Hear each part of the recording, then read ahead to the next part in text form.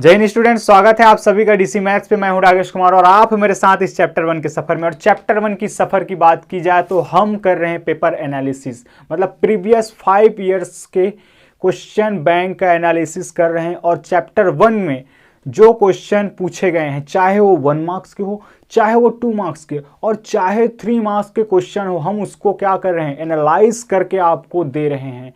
और 1 मार्क्स वाले क्वेश्चन जो भी पूछे गए हैं उसको हम यहाँ बना के आपको बता रहे हैं, हल करके बता रहे हैं। और वैसे ही 2 मार्क्स के क्वेश्चन को आप सबने आई होप पिछले वीडियो लेक्चर्स को देख लिया होगा, जिसको हमने 1 मार्क्स और 2 मार्क्स के लिए डेडिकेट किया है। तो चलिए आज मैं लेके आया हूं 2019 और 20 में पूछे गए 3 मार्क्स के क्वेश्चन को कैसे सॉल्व करना है जब देखते हैं आज। तो सेट ए की अगर बात करें तो 2019 से मैं शुरुआत कर रहा हूं 3 मार्क्स के क्वेश्चन। स्टूडेंट मैं एक बार और रिपीट कर दूं आपके लिए कि 2018 में एक खास पैटर्न पूछा जाता है कि आपको एक पॉलिनोमियल दे दिया जाता है और एक्स के डिफरेंट डिफरेंट मान के लिए 2 मार्क का क्वेश्चन है तो 2 मान आपको पूछा जाता है।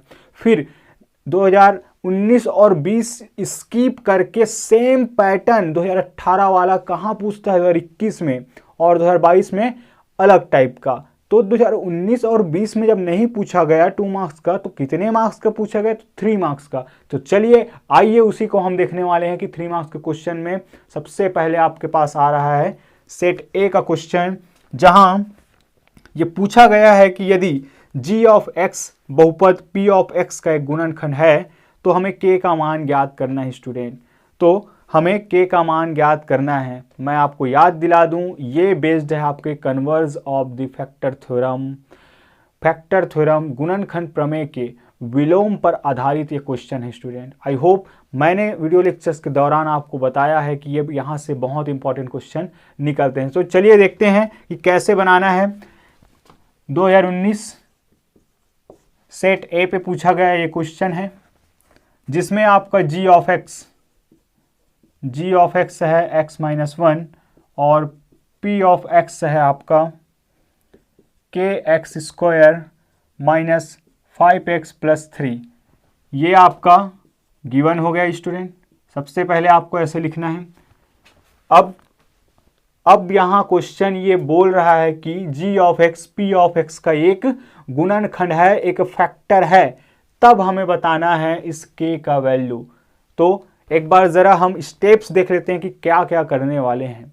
आपको याद होगा स्टूडेंट कि अगर g of x p of x का गुणनखंड है तो converge of the factor theorem कहता है कि इसका रिमाइंडर ज़रूर 0 आया होगा, तभी g of x p of x का क्या है, एक फैक्टर है। स्टूडेंट और द फैक्टर थ्योरम भी ये कहता है कि यदि आपका रिमाइंडर 0 आ जाए, इस p ऑफ x को इस g ऑफ x से डिवाइड करने पर रिमाइंडर 0 आ जाए, तो ये जो पॉलिनोमियल होगा इसका क्या होगा, एक फैक्टर होगा। और जस्ट उल्टा इसका क्या कि अगर ये फैक्टर है तो इनका जो रिमाइंडर है वो भी 0 आया होगा। तो चलिए स्टूडेंट कैसे आपको सॉल्व करना है देखते हैं। सिंस चूंकि x-1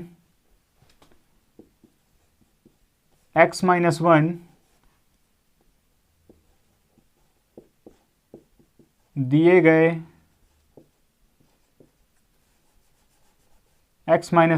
गए बहुपद kx square minus 5x plus 3 का एक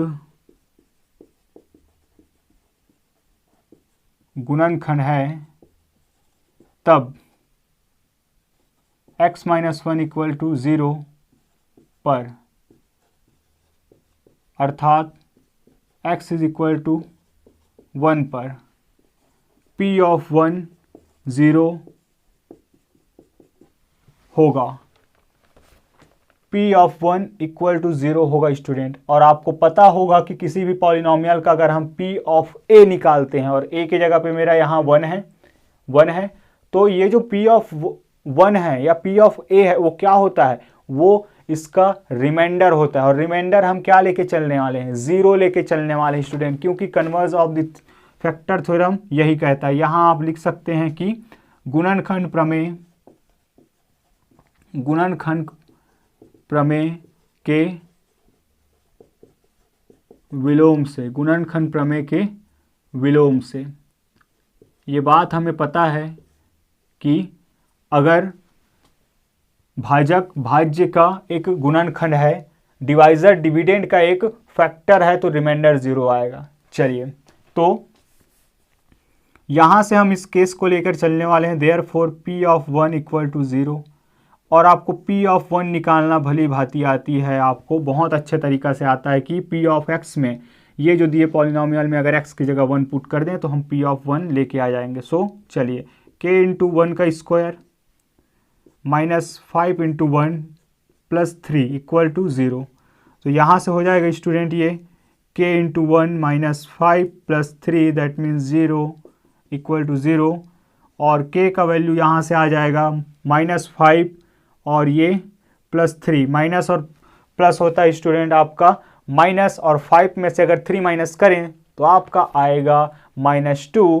तो और जो -2 है इधर जाके हो जाएगा +2। इस तरह से आपका k का वैल्यू कितना आ गया, ये आ गया आपका k का वैल्यू 2।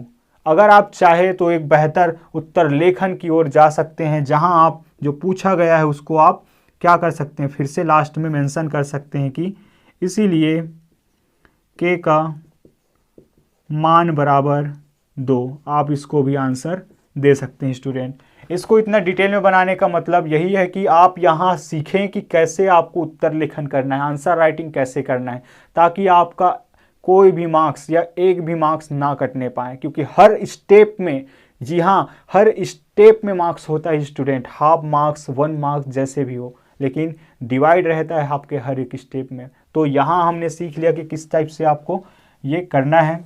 अगर बात करूँ मैं इसकी, तो इसको आज हिंदी में बनाने का मतलब ये था, एक ख़ास तरह से आपको बनाने का मतलब ये है कि कमेंट मेल आया था कि सर आप हिंदी कम यूज़ करते हैं। तो ये मेरे उन साथियों के लिए है, उन स्टूडेंट के लिए हैं जो ये कहते हैं कि सर आप हिंदी कम यूज़ करते हैं।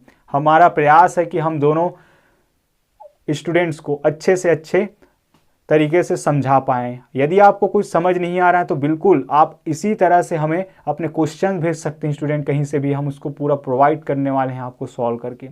चलिए, तो चाहूँ तो चलिए आपके लिए मैं मेंशन कर देता हूँ इसको इंग्लिश में कि since x - 1 is a factor of p of x equal to kx square minus 5x plus 3, therefore from converse of the factor theorem at x minus 1 equal to 0, that means x is equal to 1, p of 1 will become 0। Then यहाँ से आप इसको start कर सकते हैं। English medium के student यहाँ से इसके बाद यहाँ से कंटिन्यू कर सकते हैं। चलिए स्टूडेंट, सेट बी की अगर मैं बात करूँ तो सेट बी पे आपको पूछा जा रहा है, सेट बी का ये क्वेश्चन जहाँ g ऑफ x, मैं गिवन डेटा लिख रहा हूँ, g ऑफ x है आपका x minus 1 and p of x आपको मिल रहा है x स्क्वायर प्लस के एक्स प्लस 2। यहाँ भी जो g ऑफ x है वो x माइनस 1 ही है, वहाँ भी है। और मैं बता दूं कि सेट C पे भी g ऑफ x आपका x माइनस 1 ही रखा गया है। तो चलिए स्टूडेंट, इसको कैसे बनाना है जल्दी से जल्दी हम बना लेते हैं। तो चलिए, यहाँ चूँकि since x minus 1 is a factor of x square plus के एक्स प्लस 2, देयरफॉर ये जो g ऑफ x है इसका अगर फैक्टर है तो converge of the factor theorem से r का वैल्यू क्या आ रहा होगा, r का वैल्यू 0 आ रहा होगा, रिमाइंडर हमारा 0 है। तो therefore from converse of the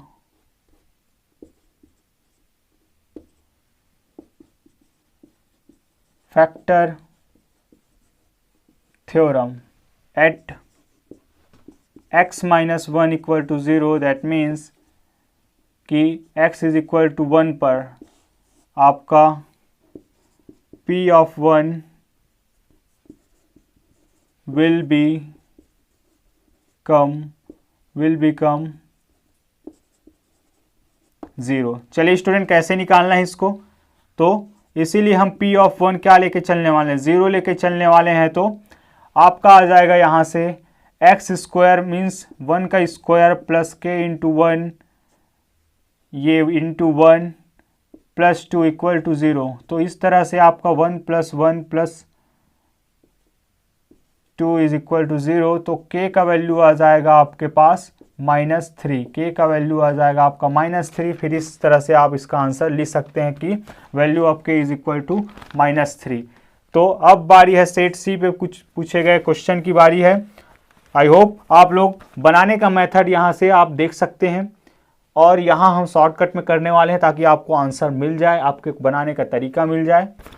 set सी पे आपका g ऑफ x है सेम x माइनस 1, और p ऑफ x है स्टूडेंट आपका x square plus x plus k।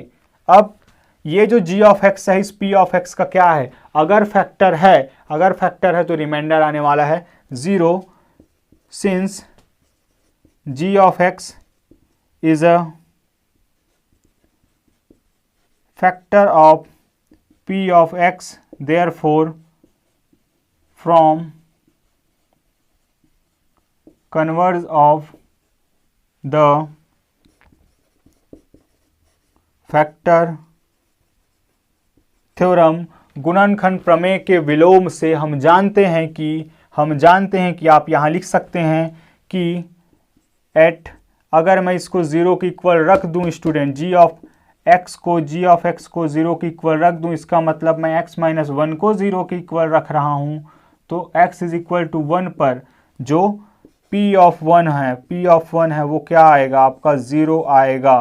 तो यहाँ से ये केस लेकर हम चलें तो आपका p ऑफ 1 कैसे निकलेगा, यहाँ 1 रखने पर, तो 1 का square plus 1 plus k equal to 0। तो इस तरह से 1 plus 1 plus k equal to 0, तो k इज इक्वल टू हो गया आपका -2।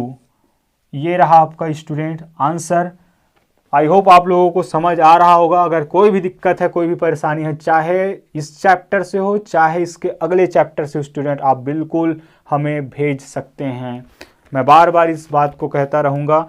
चलिए अब आगे बढ़ते हैं। अब बारी है 2020 में पूछे गए क्वेश्चंस की, और 3 मार्क्स के क्वेश्चन किस तरह से वहां पूछे जा रहे हैं। चलिए आइए स्टूडेंट देखते हैं। सो स्टूडेंट, ये रहे 2020 में पूछे गए क्वेश्चंस, जहां आपको पूछा जा रहा है कि प्रूव कीजिए कि एक पॉलिनोमियल को दूसरे पॉलिनोमियल से डिवाइड करने पर रिमाइंडर 0 आता है। क्या मतलब कि 2020 में सेट ए का मैं क्वेश्चन ले रहा हूं। यहां पूछा जा रहा है कि एक पॉलिनोमियल से, जिसको हम डिवाइजर भाग करने वाला,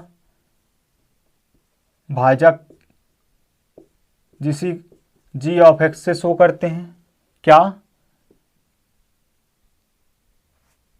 x माइनस 1, और आपका डिविडेंड है भाज्य जिसको हम p ऑफ x से दर्शाते हैं। क्या है student, 4x cube minus plus 3x square plus 2x minus 9। ये जो भाजक है, इस भाज्य को, ये जो भाजक है, इससे इस भाज्य को डिवाइड करने पर क्या आपका रिमाइंडर 0 आता है या नहीं। अब देखिए स्टूडेंट कि एक जो पॉलिनोमियल है उसको अगर हम दूसरे पॉलिनोमियल से डिवाइड करना चाहें और एक से ज़्यादा टर्म आ जाए तो इसके लिए हम यूज़ करते हैं लॉन्ग डिवीज़न मेथड। अगर आपने इस वीडियो लेक्चर्स को नहीं देखा है जिसमें मैंने लॉन्ग डिवीज़न मेथड को फुल्ली आपको एक्सप्लेन करके समझाया है, तो आई बटन पे जाके आप ज़रूर देख लीजिए, आपके लिए बहुत ही ज़्यादा एडवांटेज साबित होगा ये। चलिए, तो ये जो g ऑफ x है, इस p ऑफ x दोनों में एक रिलेशन कि क्या p ऑफ x को g ऑफ x से डिवाइड करने पर रिमाइंडर 0 आता है। तो जब तक तो डिवाइड नहीं करेंगे तो रिमाइंडर पता कहाँ से चलेगा, और डिवाइड करने के लिए हम यूज करने वाले हैं लॉन्ग डिवीजन मेथड। तो by long division method, Hindi में इसको बोला जाता है दीर्घ भाजन विधि। इस मेथड के अनुसार यहाँ मैं लिखूंगा x-1 और कुछ इस तरह से इसको करना है, 4x³ plus 3x² plus 2x minus 9। चलिए स्टूडेंट, अब लैंग्वेज पे ध्यान दीजिएगा। अगर आप डायरेक्ट इस वीडियो पर भी बने हैं तो मुझे विश्वास है कि आप बिल्कुल यहीं से भी समझ सकते हैं। तो ध्यान से देखिए कैसे करना है कि इस x में मैं ऐसा क्या मल्टीप्लाई करूं। जी हाँ, इस x में मैं ऐसा क्या मल्टीप्लाई करूं कि मुझे 4x³ मिल जाए। स्टूडेंट ध्यान रखिएगा कि जब कभी भी आप इस तरह के क्वेश्चन करते हैं तो आपको यहाँ से एक प्रेडिक्शन लेना है कि इस x में मैं ऐसा क्या मल्टीप्लाई करूं कि मुझे 4x³ मिले। तो आप कहेंगे कि सर इसके साथ 4 है, नहीं है, इसके साथ 4 है। तो सबसे पहला कि 4 हमें चाहिए, उसके बाद x की पावर 1, x की पावर 3। तो पावर 1 को पावर 3 बनाने के लिए पावर 2 की ज़रूरत है, और किसके पावर, x की पावर। इसका मतलब हमें 4x² को अगर मैं x से मल्टीप्लाई करता हूँ तो मुझे मिलेगा 4x³। अब जब मैं इसके साथ मल्टीप्लाई कर रहा हूँ इसका, तो इस -1 के साथ भी होगा। स्टूडेंट याद रखिएगा, क्योंकि हम डिवाइड x-1 से कर रहे हैं इसको। तो जब 4x² को अगर -1 से मल्टीप्लाई करूँगा तो मेरे पास आ जाएगा -4x²। चलिए स्टूडेंट आगे बढ़ते हैं। तो ये रहा माइनस साइन जैसे ही लगेगा तो इनका साइन चेंज हो जाएगा, ये पॉजिटिव का नेगेटिव, ये नेगेटिव का पॉजिटिव, यहाँ से हो जाएंगे आपस में कैंसिल, और 3 + 4 7x² प्लस 2x माइनस 9। चलिए अब फिर से वही प्रोसेस कि 7x² मुझे लेके आना है, तो इस x में क्या मल्टीप्लाई करूँगा। तो सबसे पहली बात तो मुझे 7 की आवश्यकता है, और वो पॉजिटिव तो 7। अब x1 और x की पावर 2, सॉरी x की पावर 1 और x की पावर 2 है। x की पावर 2 चाहिए तो मुझे x की पावर 1 और x की पावर 1 मल्टीप्लाई होकर x की पावर 2 देने वाला है। तो 7x का जब x के साथ मल्टीप्लाई होगा तो मिलेगा 7x²। जब -1 के साथ मल्टीप्लाई करेंगे तो प्लस और माइनस हो जाएगा माइनस, और 7 × 1 हो जाएगा 7x का साथ चलने वाला है। चलिए स्टूडेंट, अब माइनस साइन लगेगा इसका, ये पॉजिटिव नेगेटिव और ये नेगेटिव पॉजिटिव में बदल जाएंगे, तो ये तो हो जाएंगे आपस में कैंसिल, और ये आएगा आपका 9x प्लस -9। सो अब फिर से वही कि 9x मुझे लाना है स्टूडेंट, और मेरे पास केवल x है। तो x में मैं ऐसा क्या मल्टीप्लाई करूं कि मुझे 9x मिल जाए। तो आप कहेंगे कि सर इसमें +9 का आप मल्टीप्लाई कर दीजिए इस x में, तो हमें 9x मिल जाएगा। बिल्कुल सही है स्टूडेंट कि हम जब 9 का मल्टीप्लाई इसके साथ करेंगे तो 9x, और -1 के साथ करेंगे तो -9। माइनस साइन लगाएंगे, इसका साइन माइनस, ये प्लस, ये हो जाएंगे आपस में कैंसिल, और इस तरह से आपका रिमाइंडर आ गया 0। और यही आपको सिद्ध करना था कि रिमाइंडर 0 आता है या नहीं। कब, जब इससे इसको डिवाइड किया जाता है। तो क्लियरली रिमाइंडर भागफल शेषफल, सॉरी रिमाइंडर शेषफल r बराबर 0 तो सिद्ध हुआ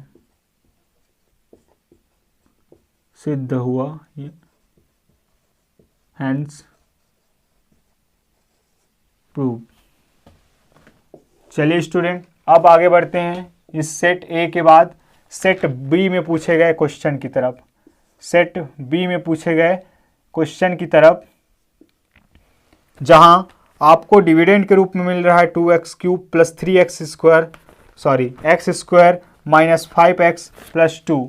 आपको डिविडेंड के रूप में मिल रहा है, डिविडेंड अर्थात भाज्य के रूप में मिल रहा है 2x³ plus x² minus 5x plus 2 और डिवाइज़र है आपका, भाजक है, भाग करने वाला है आपका x+2।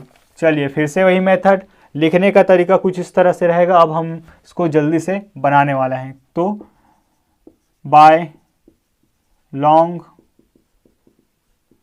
डिवीज़न मेथड, दीर्घ भाजन विधि से x+2 हमें डिवाइड करना है इसको x³ plus x² minus 5x+2 को। चलिए स्टूडेंट, तो फिर से वही कि इस x में हम ऐसा क्या मल्टीप्लाई करें कि 2x³ मिल जाए। आप कहेंगे सर इसमें आप 2x² का मल्टीप्लाई कर दीजिए तो आपको मिल जाएगा 2x³ और 2x² का जब +2 के साथ हम मल्टीप्लाई करते हैं तो हमें मिलने वाला है 2 × 2 4 और x² का साथ ही नहीं है तो ये साथ चलने वाला है। चलिए माइनस साइन लगाएंगे, ये नेगेटिव हो जाएगा, ये नेगेटिव, यहाँ आ जाएगा आपका 3x² माइनस 5x+2। फिर से आगे बढ़ते हैं स्टूडेंट, फिर से वही लैंग्वेज, सेम चीज़ आपको हर जगह पैटर्न करना है। आप देखेंगे कि आप बिल्कुल भी गलती नहीं करने वाले।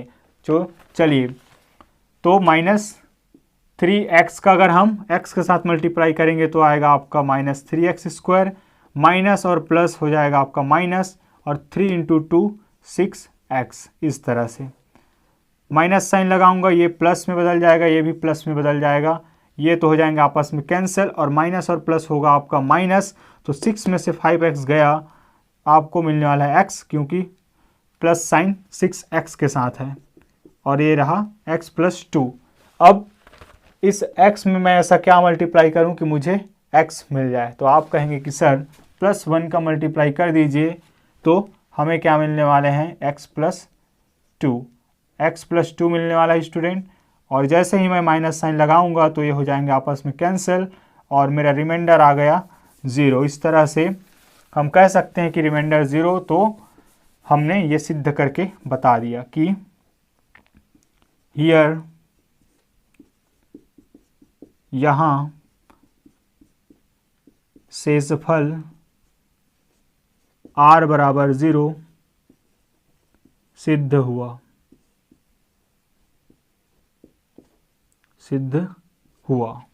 चलिए स्टूडेंट, सेट सी का भी देख लेते हैं जल्दी से। सेट सी पे आपको पूछा जा रहा है कि अगर डिवाइज़र अर्थात, या डिविडेंड को ही पहले लिख लेते हैं। सेट सी का क्वेश्चन है कि डिविडेंड अर्थात p ऑफ x आपका है 2y³ प्लस 4y²,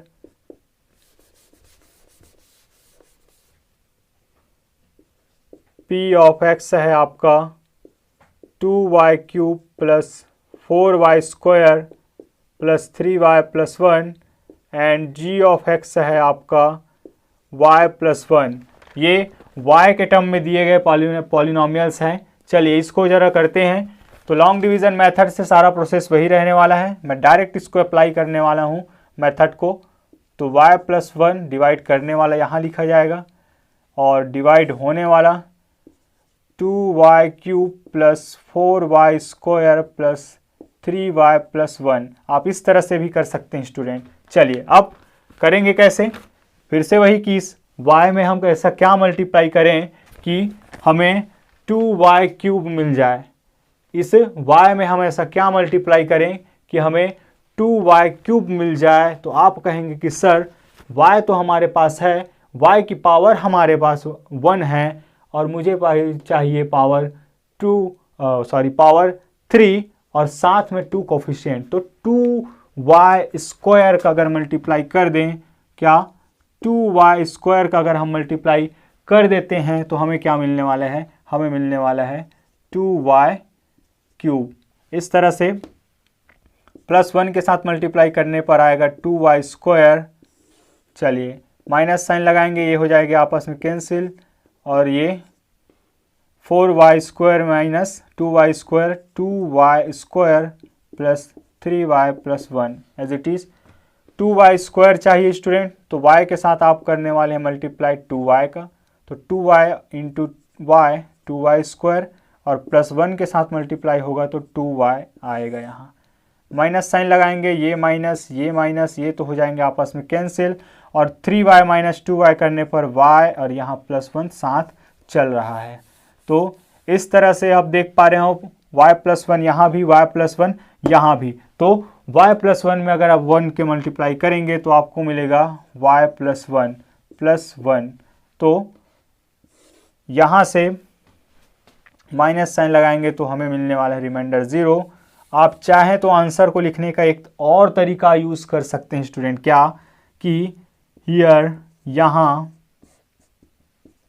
भागफल जो आपका कोशेंट है, जो आपका कोशेंट है वो कितना आया है, वो आया है आपका 2y square plus 2y plus 1 and